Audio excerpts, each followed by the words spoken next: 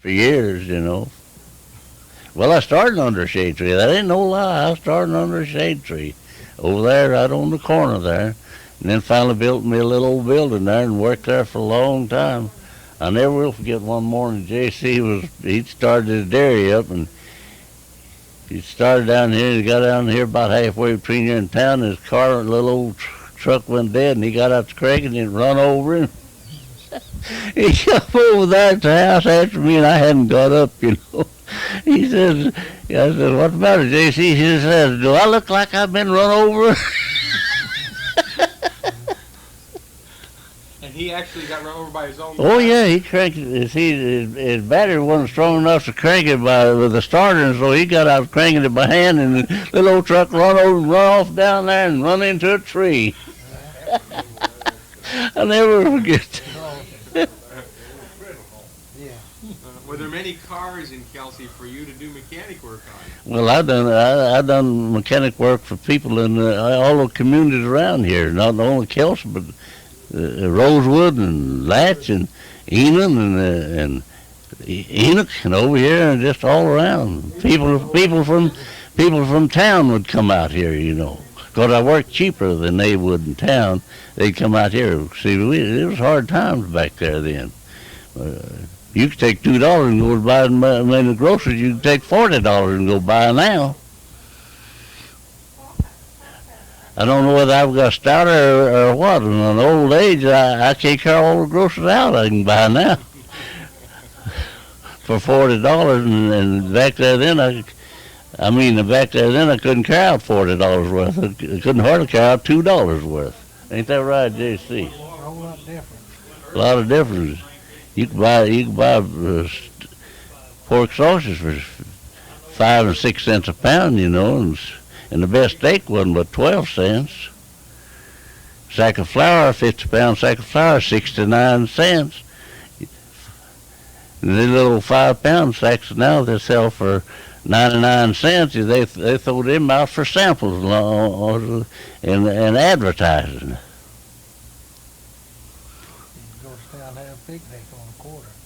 Well, I tell you right now, when they'd have these picnics, J.C. was talking about, Mother'd give us 15 cents, and that's all we spent was the 15 cents. So during that, we drank soda waters all day on 15 cents. And eat ice cream. I remember one time I had a picnic up here on this hill right here where this house is. Right here about where this house is sitting right now. They had a little old Ferris wheel of a thing, you know, and they run it by hand, you know, pushing it around by hand. And I know my brother Andrew, he got cut right over the eye. He run under that thing, you know, and got cut right under the eye there the one time when his head up and pushes, you know, and got away from him somewhere. That little old Ferris wheel of a thing was just about sitting right just about where this house is right now.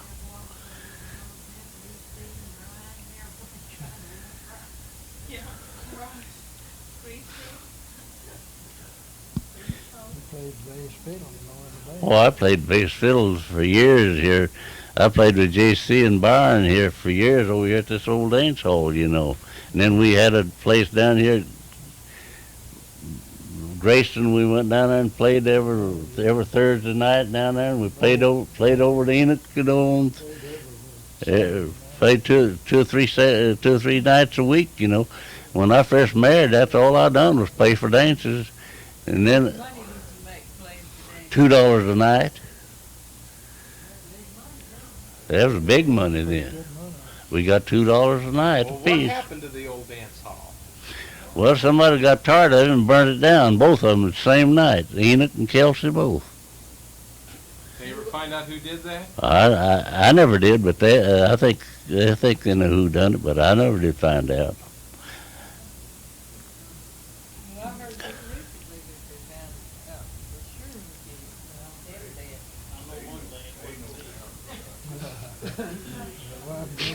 Well, tell me, back then, how many families were living in Kelsey when you were a young man? About 750. Families or Oh, people. people? About 700 people. I don't know how many families. There's a house on every corner nearly. There's lots of houses in Kelsey. Is that right? It ain't here now. What about the businesses? How many businesses would you say there were in town back in those good old days? Here in Kelsey? Mm-hmm. Well, there used to be a couple of those, there used to be a store right out here, and then one across the street there was a store, and then all store down here, and then there used to be one over there in front of where Carl lives there. There's a little store there, and I think that's about all there was. Brother Shore had a little Yeah, Brother Shores had a little old business up there, and Mona had one up there at one time. Was there some blacksmiths and some? Oh yeah, and there's a gin down here, gin and depot and the blacksmith. stores, post office. I got pictures of all that over at the house. Was there a city hall or a city Oh no, council? oh no. Yeah. He was right down. Long bulls. Oxen. When I was a little kid, I was on back to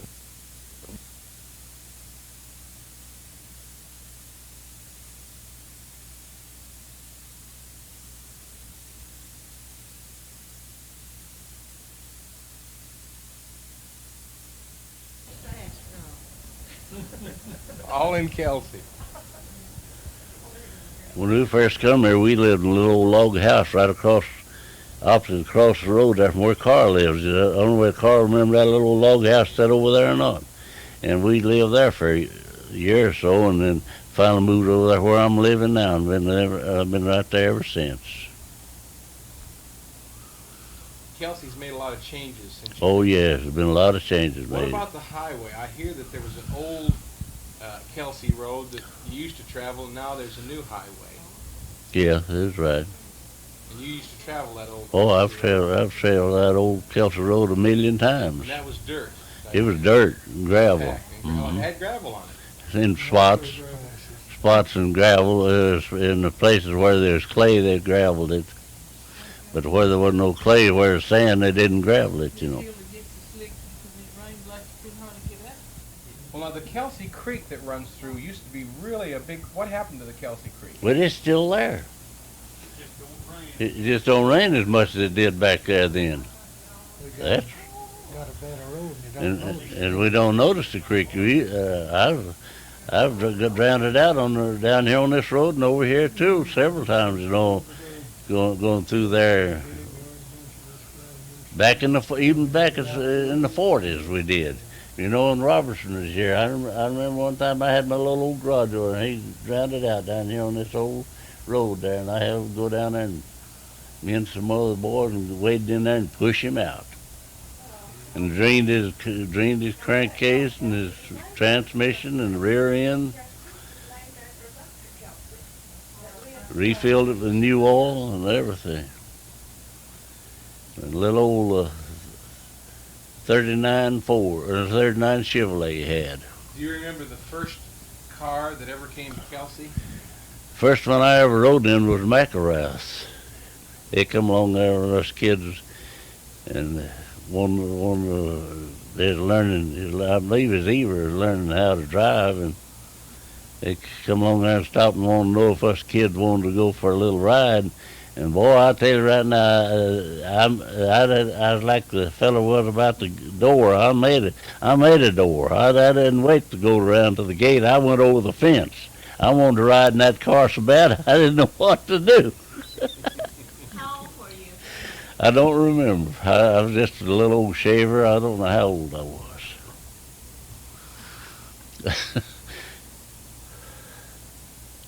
Well, I'm going to turn over here to another old timer. Oh, I'm sorry. I'm sorry, Jeanette. Don't get all over.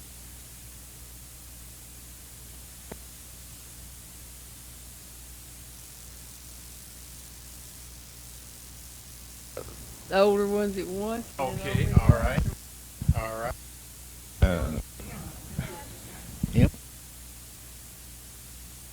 I want to wait and talk about. Come All back right. there. not a very long story for me because I My dad and mother come from Tennessee, and in 1912. His name was Joe. It had an initial L, and her name was Lola May. 7 kids, brothers and 4 girls. And my dad, I remember one time hearing him tell some fella up at the church, some boys had got into a watermelon patch or something. He said, well, if mine was anywhere around, there's some of them in it. And that's just the way he felt. He knew if there's any of them around, they was in there. But we had a hard time. And they left here in 1934 when they built the 2 men that built the gym up here, Elder Gamble and Elder White. My older sister, old Dr. Childers, told Dad, says she's got an enlarged heart and she won't live till she's 20 years old unless you get her to a higher climate. Back then, the higher climate's all they knew about.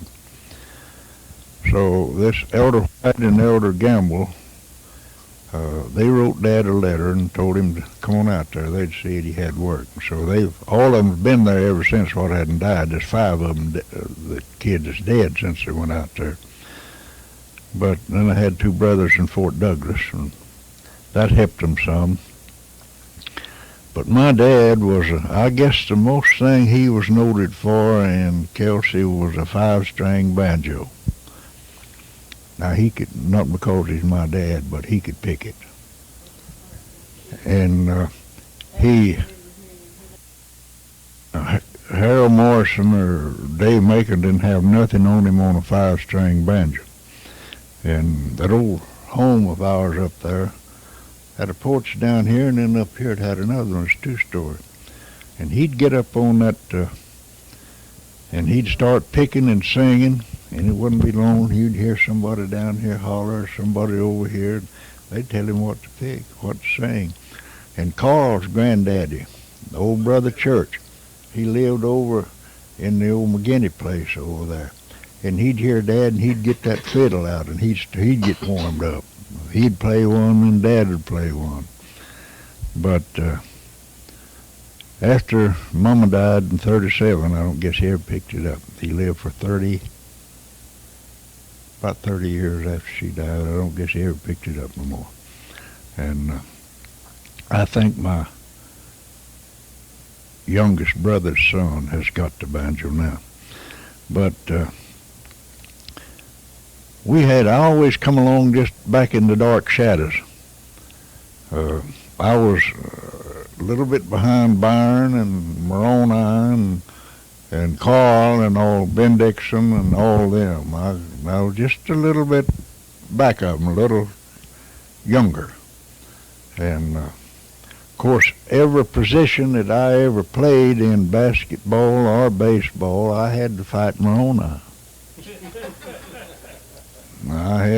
He had the same positions that I played, and I'd just have to wait till he just moved on a little. But my parents were members of the church when they moved, or my mother was, my daddy wasn't. And my daddy joined the church, I believe it was in 1914 or 1915, I'm not certain. But of course he never was one that was too forward or too active. And he never did. He could stand around and listen better than he could talk. But we had to work hard just like all the rest of them in here. He used to tell us, see, there was 5 boys, the 5 oldest kids were boys, and then 4 girls, and then 2 more boys. he'd tell us when we'd start picking cotton, he'd say, all right, boys, 5 bales of cotton this week and you can take the week off. And that sounds impossible. But I don't suppose Roy ever picked 100 pounds of cotton a day in his life. And Oscar never did pick, maybe 150 or something like that. They get by a lot easier than me and Aubrey could. And if there's ever a cross-eyed look over in the corner that way from Dad, it was at me or Aubrey one, I'll guarantee you. And but you take 5 people out there picking cotton, 1,200 pounds would make a bale of cotton, and that wasn't too much work. And then when you first bought that little old place that they still own over there now, he'd grow ribbon cane down, and he thought if he didn't have 200 gallons of ribbon cane syrup after he sold what he wanted to, he's going to run out for next syrup making time. But people had to live on what they made a lot. We never did get hungry. Even during the Depression, we didn't get hungry. We had plenty of meat and milk and butter and eggs and vegetables and stuff. People used to can. I heard Byron say a while ago something about a half a gallon fruit jar, something you never see now hardly.